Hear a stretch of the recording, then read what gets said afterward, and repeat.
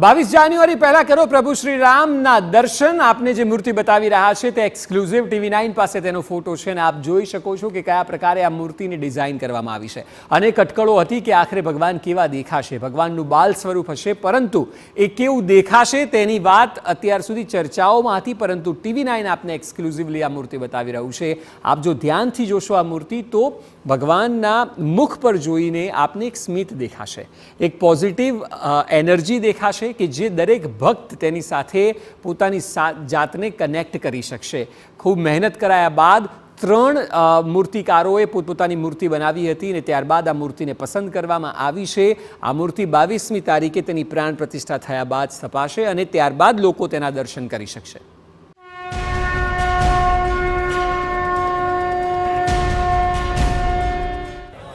નમસ્કાર, હું છું વિધિ। અયોધ્યાથી અમારી વિશેષ રજૂઆતમાં આપ સૌનું સ્વાગત છે। મારી પાછળ જે આપ જોઈ રહ્યા છો તે છે અયોધ્યાનો પ્રમુખ ધર્મપથ। અયોધ્યાની વાત થઈ રહી છે ત્યારે અહીંની તૈયારીઓની પણ વાત કરીશું અને વાત કરીશું રામલલ્લાના એ રૂપની, એ મૂર્તિની કે જેને જોવા માટે સૌ કોઈ આતુર છે। અમે આપને કરાવીશું રામલલ્લાના મુખારવિંદના દર્શન અને સાથે જ વાત કરીશું વડાપ્રધાન નરેન્દ્ર મોદીની। જી હા, જ્યાં સુધી રામ મંદિર નિર્માણની વાત છે કે પછી આ સંપૂર્ણ આંદોલનની વાત છે, વડાપ્રધાનનો શું રોલ રહ્યો તેને પણ સમજવાની કોશિશ કરવી છે અમારી આ વિશેષ રજૂઆતમાં।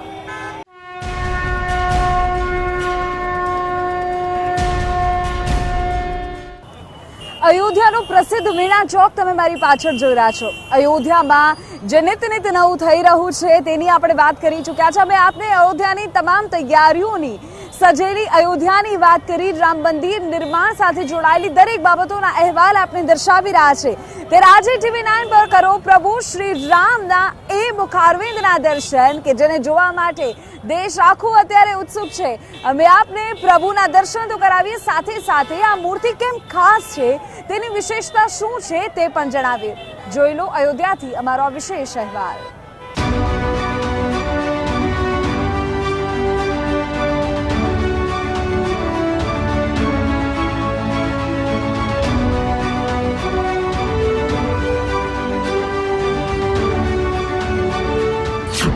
રામલલ્લાની મૂર્તિની પ્રથમ તસવીર।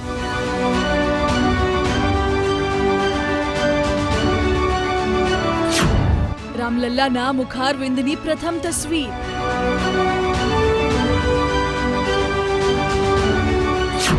ભગવાનનું મનોહર સ્વરૂપ આવ્યું સામે।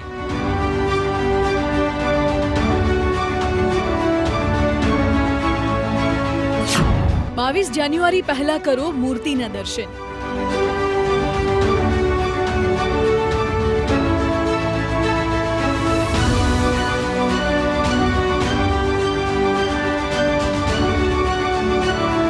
અયોધ્યામાં પ્રાણ પ્રતિષ્ઠા પહેલા જ TV9 આપને કરાવશે ઘરે બેઠા પ્રભુ રામના દિવ્ય રૂપના દર્શન।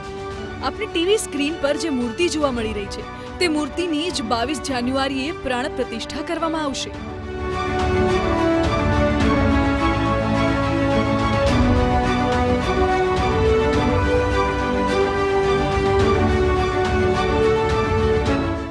વાદળી અને કાળા પથ્થરમાંથી બનેલી મૂર્તિમાં ભગવાનનું મનોહર સ્વરૂપ ઝળહળી રહ્યું છે। 5 વર્ષના રામલલ્લાની આસપાસ એક આભા મંડળ બનાવવામાં આવ્યું છે। તેમાં સનાતન ધર્મના પ્રતીકો બનાવવામાં આવ્યા છે, જેમ કે શંખ, ઓમ।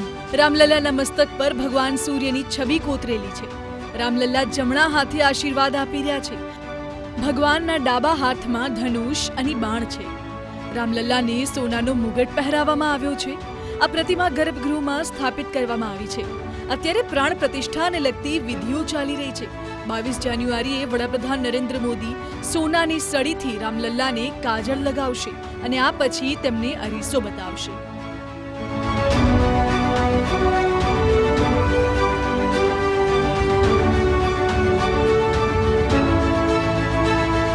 મૂર્તિમાં જમણેથી ડાબે ભગવાન વિષ્ણુના 10 અવતારોની છબીઓ છે। તેમાં મત્સ્ય, વરાહ, કુર્મ, વામન, નરસિંહ, પરશુરામ, રામ, કૃષ્ણ, બુદ્ધ અને કલ્કી અવતારનો સમાવેશ થાય છે। આ સિવાય ઉપર ધાર્મિક ચિહ્નો બનાવવામાં આવ્યા છે, જેમ કે સ્વસ્તિક, ઓમ, ચક્ર, ગદા, પગથી માથા સુધીની મૂર્તિની ઊંચાઈ 51 ઇંચ છે. બાકી ચારે બાજુ જે આભા મંડળ સર્જાય છે તેની ઊંચાઈ અલગ છે. મૂર્તિનું વજન લગભગ 200 કિલો હોવાનું જણાવવામાં આવી રહ્યું છે.